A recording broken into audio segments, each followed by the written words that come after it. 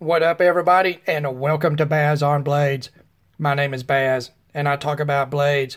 Today's feature blade is the WE Ignition 715D. All right, take a look at this, guys. It's a pretty little knife. Now, as with most WE knives, the designator at the end of the model number, in this case the D, the alphanumeric designator, is for the blade finish and handle color. You will find available multiple different blade finishes and handle color combinations with this model. In the D model, what you're getting in the blade is the combination stone wash on the grinds and machine satin on the flats, and then the blue G10. Now, of course, there's going to be A, B, C, D, E, and so on, and that'll give you different combinations of handle color. And then, like many WE knives, there is a blade that features black coated DLC on the grinds and then satin on the flats on some of the models. Now, I want to say first of all that this knife, I have this knife in this hand thanks to Zelric, who hosts a pass around for different knife reviewers online, and I'm lucky enough to be part of that. And he sent a couple of WE knives to be reviewed. This is a couple of knives that I may not have purchased myself and would have missed out on handling, and I'm very appreciative to him for that. All right, let's take a look at the packaging very quickly. It's typical of WE knives. You've got the brown cardboard box with a sort of prismatic silk screen printing on it. Then you have WE's social media contact information. Again, as standard for WE products, you have the WE zipper pouch. This is a 2-pocket pouch with opposing pockets and ballistic nylon with a faux fur backing on it. The knife does come in a plastic baggie, and then because this knife features WE's proprietary Star hardware, you do get the tool for that. And then also, as typical for WE products, you get the WE branded microfiber cloth, your WE card that comes with it, and then there's going to be a silica packet in there for corrosion inhibition. All right, let's knock out some specs on this knife. And I want to say that this knife, at least for me and for a lot of people, is going to fall right into that sort of sweet spot dimensionally and weight-wise for an EDC knife. You're looking at a 3 3/8 inch blade length, and that's 8.5 centimeters. The blade stock thickness is 122 thousandths of an inch, or 3.1 millimeters. Your blade width, 1.02 inches, or 26 millimeters. Your handle length, 4.5 inches, or 11.5 centimeters. Handle thickness, 464 thousandths of an inch, or 11.8 millimeters. Your handle width, 994 thousandths of an inch, or 25.26 millimeters. The closed width, 1.2 inches, or 30.5 millimeters. Overall length of 8 inches, or 20 centimeters. Your stop pin diameter, 100 thousandths of an inch, or 2.5 millimeters. Behind the edge, I averaged at 3 different spots, is 21 thousandths of an inch, or 0.55 millimeters. Your handle to blade ratio, a respectable 0.75, and your weight, a pretty lightweight 3.17 ounces, or 90 grams. All right. Excuse me, guys. Allergies. We got seasonal change, and my allergies are sort of wanky. We're going to do real quick sort of a size comparison, because there's going to be some aspects of this knife I'll talk about during the review. And this will sort of clue you in as to what range we're really in.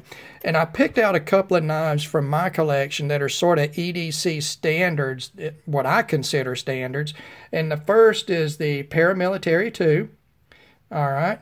And then the second is the Rake P801. Okay. Now, I've got these lined up at the pivot. And look at the size on them. Now, Of course, the Paramilitary 2 is slightly bigger in the handle, but it is well known to be big in the handle. But if you will look at the size range here, you'll see exactly where this knife falls. It is in the sweet spot of an everyday carry knife that is fairly trim and lightweight, but sizable enough to do some real work with. All right, let's move these not WE knives out of here and talk about the WE knife. So material-wise, what we've got for our blade steel is VG10, which is a Japanese-produced stainless. I personally consider it to be at the high end of the mid-range steels.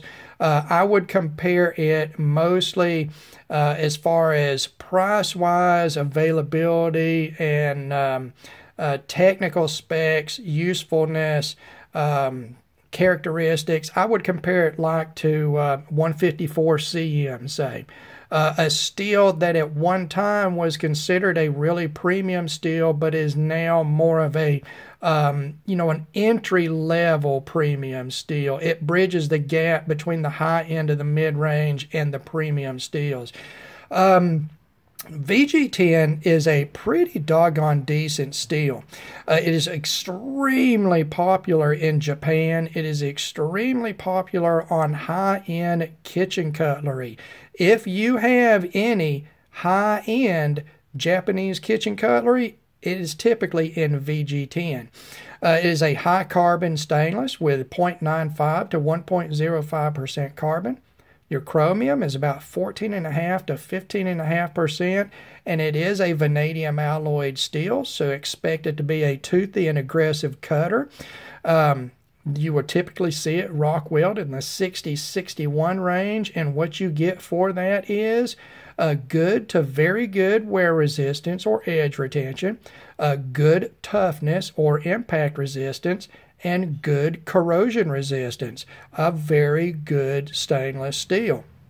Now, I will say VG10 can be sort of sensitive to the quality of the heat treat and temper, and there are companies that I will not name that have had issues with VG10 in the past, helping it achieve its potential. I have not heard about any issues that WE is having with this steel. They have been so far spot on with all the steel types that they use, and that speaks of plenty of research and development on their part. All right, handle material wise, you're looking at a slab of G10 for the front scale. It does not have a steel liner on it. It is a nice thick slab, and I love that. I do not like to see either G10 or carbon fiber used in a thick slab like this and then a steel liner put on it. It's not needed. It only adds weight. G10 is structurally rigid enough to support any folding knife. This is a very strong feeling small knife. You have WE's titanium hardware in this instant with a subdued finish. You got the WE titanium capped pivot, star small hardware here. This is an insert for the reversible tip-up only pocket clip. You do have a titanium milled backspacer. You're in titanium for this frame lock with a hardened steel lock face and over travel stop. Again, a milled titanium pocket clip. So material-wise, guys, you're at the premium level. And this knife, I don't know if I mentioned this yet, but you can grab this knife right now from just about any online retailer for $125. That's a pretty decent price, guys. There's not a lot of high-quality titanium frame lock folders that you are going to get into at that price point. Typically, you are more at the approaching $200 price point. And I'm going to compare this knife to one other knife. And it is one of the first premium knives that I ever bought. And the only reason I'm comparing it is because of the build type. The G10 front side, titanium frame lock backside, and the knife that I'm talking about is a Strider SMF. Now, I bought a Strider SMF, a CC model, and that knife was $500. $500, guys. And it is the same build type with the G10, unlined G10 on the front and the titanium on the back. So that gives you a good idea of what you could spend with this type of build rather than the $125 that you can get this knife for. All right, fit and finish wise. Let's sort of hurry up through all of this stuff, guys. I'm running a little long. Blade grinds, very even, as with every WE knife that I've ever held in my hands or owned. The primary grinds are even, the edge grind is even, the swedge grind is even, the point is pointy. It is not rolled at all, guys. Very good job sharpening. On this particular model, you do have a crowned spine, so it's radiused. This is a high spine, a lot like what you will see in sort of a Spyderco blade profile, like in the paramilitary too. So you do get a nice thumb ramp, a length of jimping right here. One of the places I'm going to ding this knife. I don't care for the jimping. It is very shallow, and in conjunction with that crown spine on the back of the blade, it's just not very useful at all. Also, the only other place that I'm going to ding this knife is in the sharpening choil. The sharpening choil needed to come out at least another millimeter, maybe 1.5 millimeters. You can see that even in this recurve profile, you do have some edge flare here at the termination end of the edge grind. That could have been fixed if this sharpening choil just came forward just a little bit more. But other than that, guys, it's a great piece of work. Now, the fit and finish on this knife overall is it's awesome, guys. It is WE. WE has, the stigma of a Chinese-made knife being crap. It's just gone now, guys. It's gone. Now, can you get some crap? Well, yeah, you can go down to your gas station and get a $2 knife at the checkout, and it's junk and unsafe. But for these real and respected companies, WE knives, Kaiser knives, Best Tech knives, Riate knives, these companies are doing product equal, and sometimes exceeding the quality of anything else on the market at their price point. And that is fact. That is not opinion, that is fact. These are fantastically well-made knives. The G10 on this handle scale, perfectly machined, just the perfect radius on the edge, the perfect amount of texture as far as the choice of the material goes. You can see that everything that's machined for your screw holes, for the insert, for the pocket clip is just cleanly done. As far as the frame goes, the machining on the titanium, again, no machining marks, guys. It is just so very well done. The fit and finish, or the finish itself, while they did choose a more sort of industrial sort of finish for the titanium components, it's very well done. Usually those choices, the bead blast finishes, are a cost-cutting thing. And to get this knife with these build features and materials at that $125 price point, I totally understand that. I like the subdued look. In this frame, you're with a bead blast, a light bead blast that is then stone washed. You've got a raw bead blast on the pocket clip and the back spacer. I like the subdued look of the hardware. You know what? I have found myself wishing for a more industrial look out of WE knives, because they tend to be a little colorful sometimes. And while that is attractive, for me personally, I sort of like that industrial tool look. And I think this knife, even with the blue G10, does have that look. And all these finishes are very well done. The pocket clip design, fantastic. No issues with it. You've got a nice lanyard hole here at the butt end and a sort of a milled down recess that is going to keep that paracord that you put there from being so thick and chunky in your hand. It's got that recess to sort of fit down in, and that does give you sort of a pinch and hold part on the butt here to withdraw this knife out of your pocket. I very much like that. So fit and finish wise, guys, no issues there anywhere on this knife except for I would say that sharpening choil and the effectiveness of the jimping on the blade. Now, as far as action goes, spot on. WE action, perfect detent, moderately hard detent with a crisp break. It stores plenty of energy before it breaks cleanly to rocket that blade out. It is a very satisfying flipper. It is on a ceramic bearing pivot with a ceramic detent, and that gives you this sort of hydraulic. As you rotate it manually here, you cannot feel any of those bearings rotate. You just sort of get this hydraulic oil feeling. Very nice.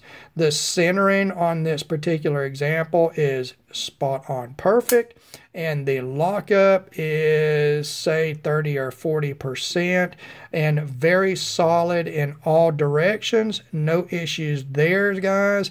You know, action is WE action. That is something I've found just impressively consistent with every WE product that I have ever held in my hands. Now, ergos.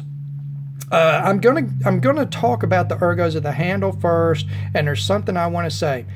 For you guys that have large or extra large hands, my recommendation is that you try to put hands on with this knife first before you purchase.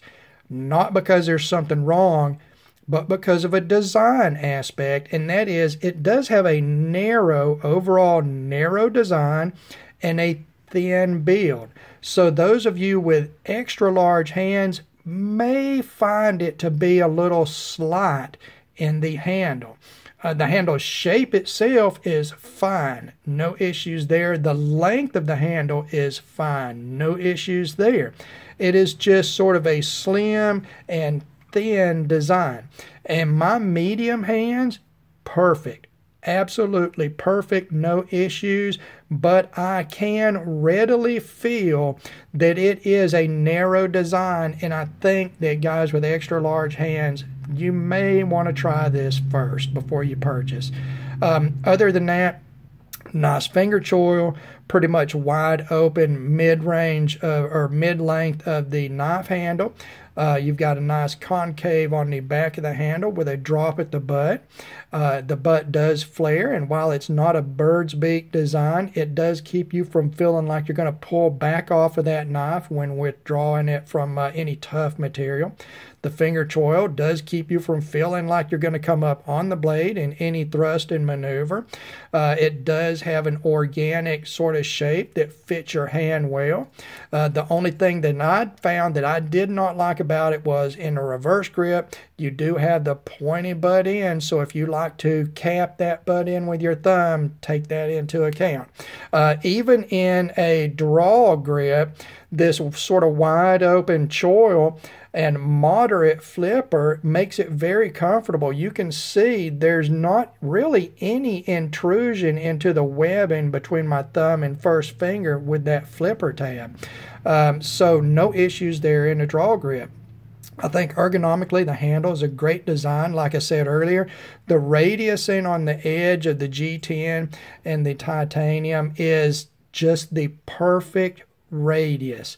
They just picked whatever radius that is. It is perfect for this knife, for that thickness of scale, for the width and the thickness of the handle. Usefulness, utility, usefulness in the blade. This is a stabbier blade profile with a very pronounced and very sharp tip. You do have this long swedge on the back to narrow the spine of the blade. You've got a hollow grind and more of a mid-high saber type of grind. And it does meet this swedge just slightly above the center point of the blade profile. A lot of people are calling this a spear point. Spear points to me need to be a little more asymmetrical. I would consider this more of a moderate drop point with a high tip. You do have a recurve edge profile, which does focus cutting energy into this recurve. You want to cut some cardboard, you get into this section right here, buddy, and this thing will cut some cardboard. But at the same time, that's the one thing about this knife that would prevent me from personally buying this knife. I do not care for recurves. And with that, I'm going to go straight into what I would like to see out of WE knives with this sort of mid-range series. And I'm going to call it a series. This is wishful thinking. I'd like to see a series and not just this ignition model. Because WE is already established in the upper end with their full tie frame locks, which are fantastic. They're already established at the lower end with their G10 liner locks with D2 blades, which are fantastic. They need a mid-range series. And I think that it should ride the coattails of the very able ignition here. The G10 front scale tie frame lock with VG10 or whatever blade steel that is appropriate for that price range. I think it needs to be expanded to more models from WE. This type of build makes for a very lightweight, very sturdy build. They obviously have done some finishes that can afford a more approachable price point, and that is appreciated. This knife makes me want to see more of this type of knife from WE, and you know what? That's about the best thing that I can say, guys. When you want to see more, then it's good. Again, thank you to Zelric for sending this to me. I appreciate it, brother. For those of you that don't already sub to Zell's channel, you need to go and find him and sub to his channel. And to WE knives, awesome, awesome, awesome. I may not like the recurve blade profile, but this knife is a winner. Please do more in this mid-range of the $125 to $150 dollar price range in this type of build. I think it would be very successful and very competitive. All right, guys, as always, thank you very much for taking the time to watch one of my videos. God bless all of you, and we will talk to you again.